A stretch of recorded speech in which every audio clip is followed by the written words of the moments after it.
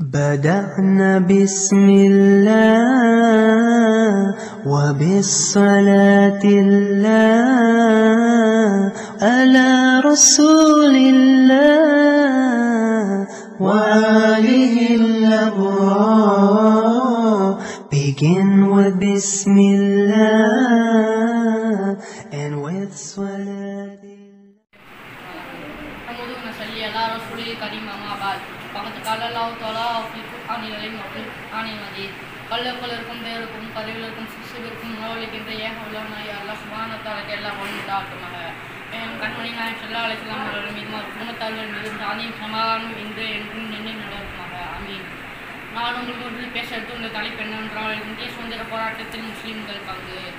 இந்தியாவில் 60வது சுதந்திரத்தை கொண்டாடியிருக்கும் இந்த நேரத்தில் தன்னை சதவீதத்தையும் மிஞ்சும் அளவில் உயிர்களின் உடமை இழந்தும் தியாகம் செய்த இஸ்லாமிய வரலாற்றை மறந்திருந்தாலும் கூட ஒரு வகையில் மன்னித்திருக்கலாம்.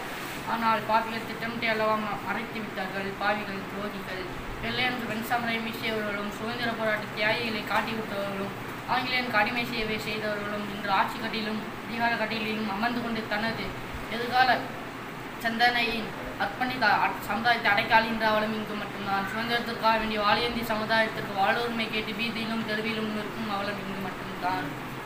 வாருங்கள், மறந்திருக்கிறவர்களுக்கு நம் இஸ்லாமிய ஷஹீதை பற்றி சற்று நினைவேற்றுவோம்.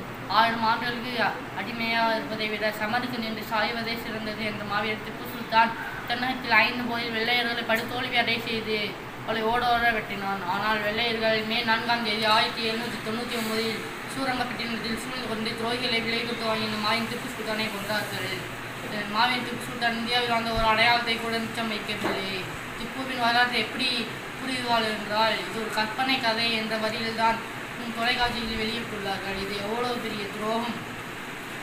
அடுத்ததாவது பேகம் ஹஜரத் மஹல். பேகம் ஹஜரத் மஹல் டெல்லியே ஆண்ட பேகம் ஹஜரத் மஹல் ஆங்கிலேயருக்கு போராடிய முஸ்லீம் பெண்மணி ஆவார்.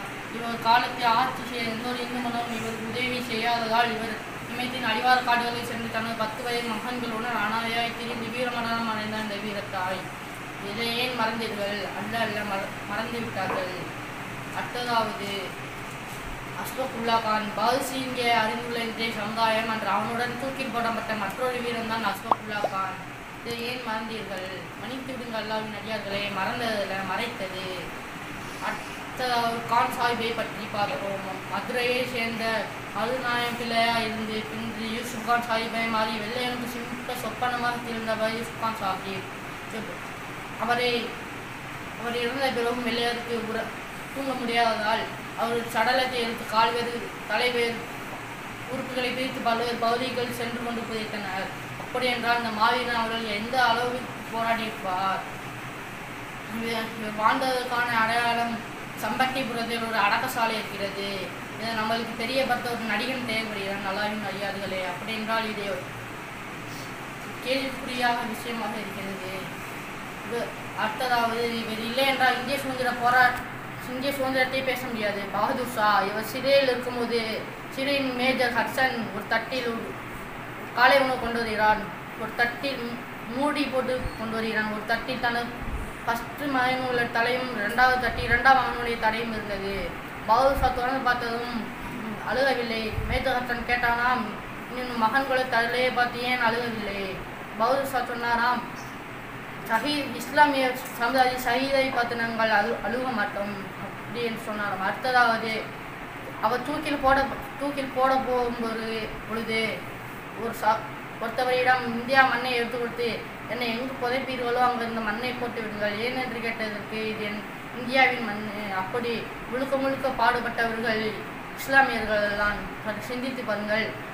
உங்கள் முன் ஒரு சில கேள்வி கேட்கிறேன், பதில் நீங்கள் பார்ப்போம். முதல் கேள்வி, கப்பலுடைய தமிழ் வஉசிக்கு கப்பல் வாங்க சுமார் 1 லட்சம் ரூபாய் கொடுத்தவர் யார்? நேதாஜிக்கு இந்திய இராணுவ படை அமைத்து ஆயுதங்கள் வாங்க சுமார் 1 கோடி ரூபாய் செலவு செய்தவர் யார்? காந்திஜி தென்னாப்பிரிக்கா சென்று போக வர உதவி செய்தவர் யார்? சுதந்திரத்துக்கான வேண்டி முதலில் தியாகம் செய்தவர் யார்? இதற்கெல்லாம் முக்கியமான கேள்வி, இந்திய கொடியை வடிவமைத்தவர் யார்? பதில் சொல்லுங்கள் தாய்மார்களே. நான் சொல்லட்டுமா? இதற்கெல்லாம் ஒரே பதில்தான், முஸ்லீம்கள். அந்த அளவிற்கு முஸ்லீம்கள் இந்திய சுதந்திரத்திற்காக வேண்டி போராடி இருக்கிறார்கள். இதோடு என் உரையை முடித்துக் கொள்கிறேன். வாஹிதான் அல்ஹம்துலில்லாஹ்.